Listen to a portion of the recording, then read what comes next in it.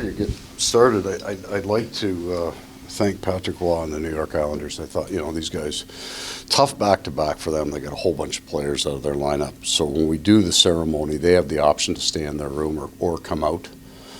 And they came out on the bench to recognize Dmitry. I just thought it was an incredibly classy thing for them to do, and we really appreciate it very much.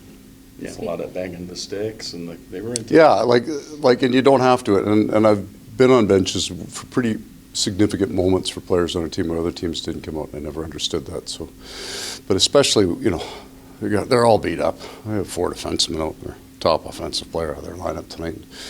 They win 7 in a row just like that. They've battled and stayed in games and scored late and competed so very, very hard, and it looked like it was going to happen here again tonight. But I thought that was an incredibly classy thing for them to do. Well, speaking of that ceremony, how special was that to see?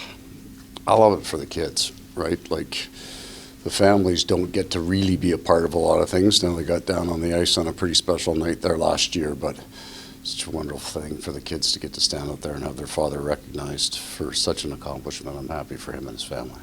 And this Islander team, like you said, won 7 straight and showed a little bit why. Right? It's exactly the game. I mean, we had a pretty good jump on them. They played last night. I mean, it's back-to-back for us, but we've got an advantage. They got banged up in the game last night, lost 2 huge pieces to their lineup.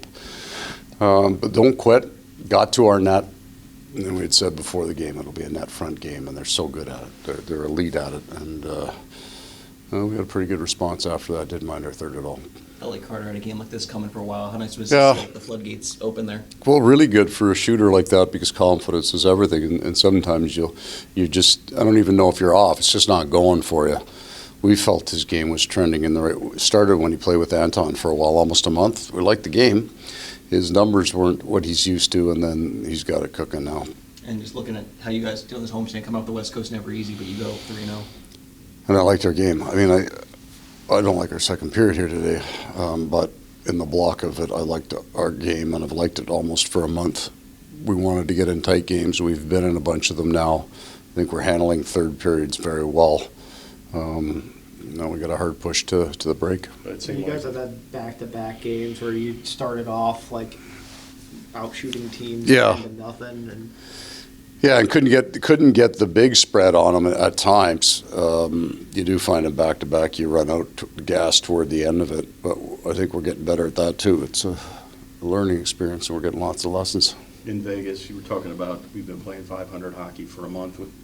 Good to get a good vibe going. Yeah, you need something to turn for you. I think Aaron Ekblad comes back, and that's such an important piece to us. That was kind of the push for us, and I just felt almost the stacking of the schedule going back to December into January didn't allow us to have the energy and the jump to kind of get on a bit of a roll. It was 5 and 8 for us here, so we're not going to be flying around the ice for the next 3, but we can grind pretty well. Yeah. But the confidence is coming back. Spencer Knight gives up 3 straight, but they were all, at his feet or whatever. And he shut her down. I think he played the kind of the same game in the island.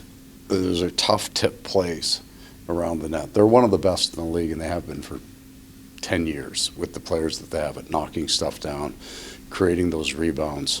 And he was able to close the door in the third, and they had a few chances and some scrums around our net where he was good.